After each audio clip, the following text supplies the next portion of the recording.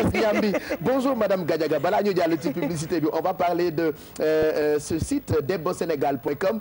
Je pense que ça va intéresser Merry Beye puisque tous les mardis nous parlons nouvelles technologies. Alors jigéen ñi dañu yàgg bëgg seen yëfu bopp, seen ay magazine bopp, seen ay waxtaanu bopp. Je parlais de la discussion bi jigéen ñi doon amal ci plateau bi sànq, mais d'abord ñu bàyyi la nga nuyoo ak jigéen ñi nga xam ni ñoo xëy àndandoo ak ñun ci télé bi di seetaan.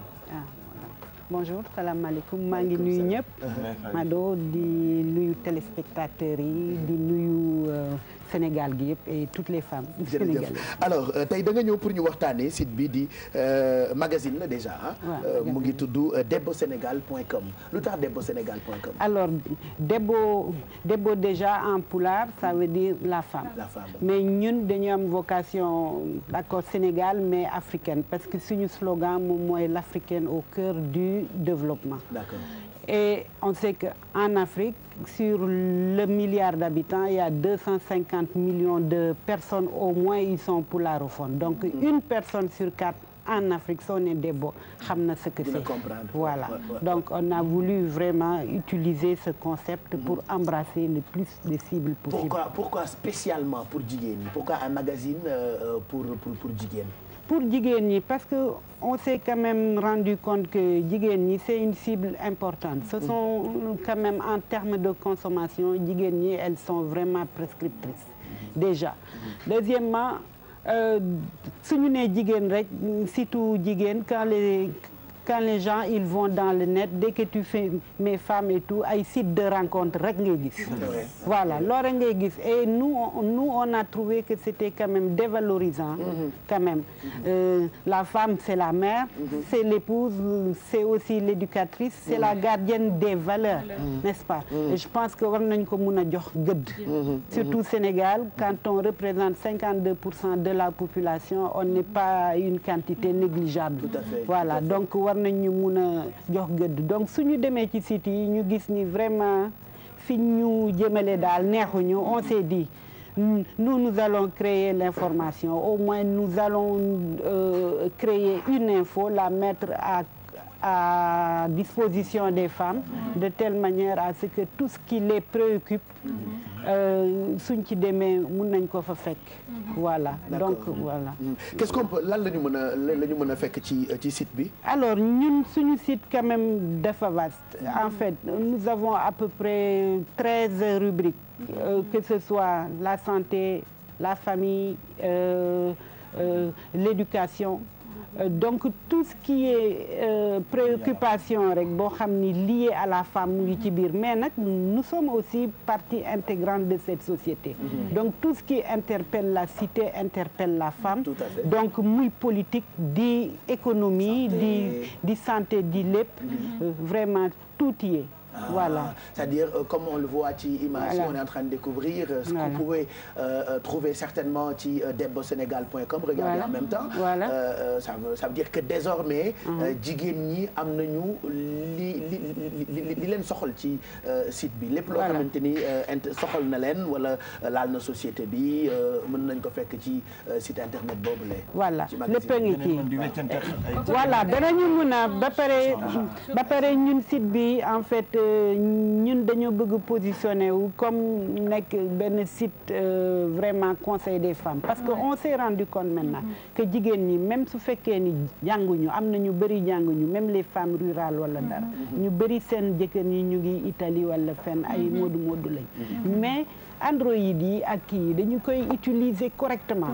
Donc en fait aujourd'hui nouvelle technologie li ñu naan literacy computer même les femmes yoo xam ne elles n'ont pas été à l'école wala amuñu culture générale wala mënuñu utiliser journaux yi mën nañu utiliser tiki donc en fait non mais c'est ça. Mais yan sujet mooy gën a ñëw ci seen site yi nga xamante ne. En fait ñun am nañu sujet on parle de politique on parle d'économie on parle de santé.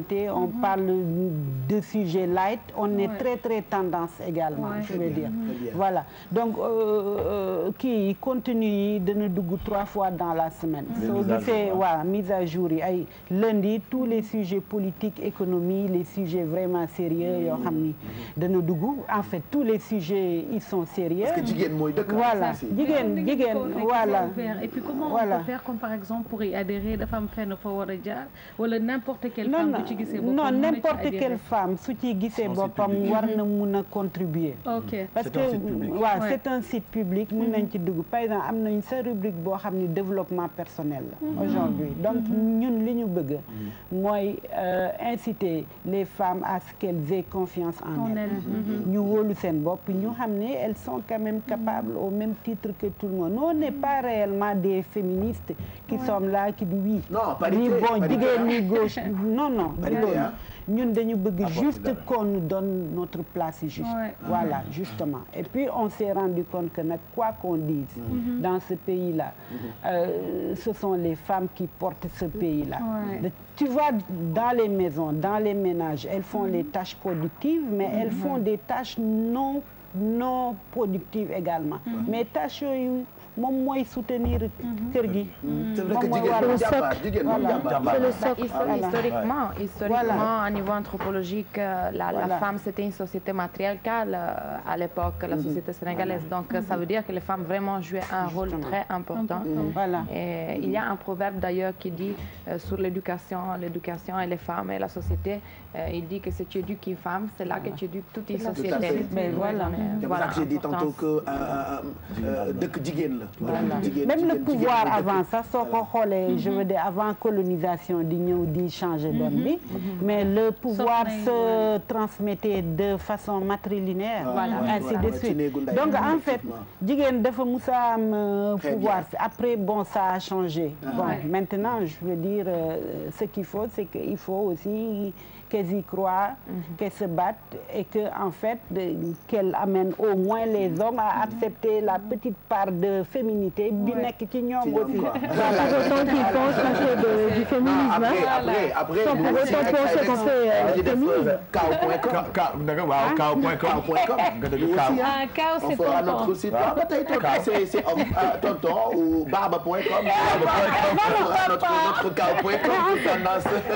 Man je veux pas que waaw jigéen ñi d'accord en fait c'est un site féminin certes c'est vrai mais il faut pas oublier que ñun jigéen ñi on vit en interaction avec les hommes donc forcément je veux dire ce que je voulais ajouter c'est je trouve ça génial pourquoi parce que à un moment donné ñun dañuy am difficulté bu ñu def ay recherches concernant la femme sénégalaise wala yenn la femme africaine on nous renvoie tout le temps sur des sites comme au féminin on a des soucis par exemple on est jeune on est en état de grossesse on a envie de voir une bonne clinique on a envie de voir c'est-à-dire on a des difficultés on a toujours des sites référencés en euros donc il y avait rien pour le Sénégal par exemple consommer local c'est bien ça local voilà consommer local andi les femmes à ce qu'elles puissent s'approprier li ñu moom parce que nag en termes de consommation jigéen ñi ñoom ñooy plus ou moins décider tendance dem ci marché et même dans la production comme moi je le disais jigéen ñi soo ko xoolee en milieu rural ci production bi elle représente 70% de la force de travail 80% li ñuy produire ñoom ñoo koy transformer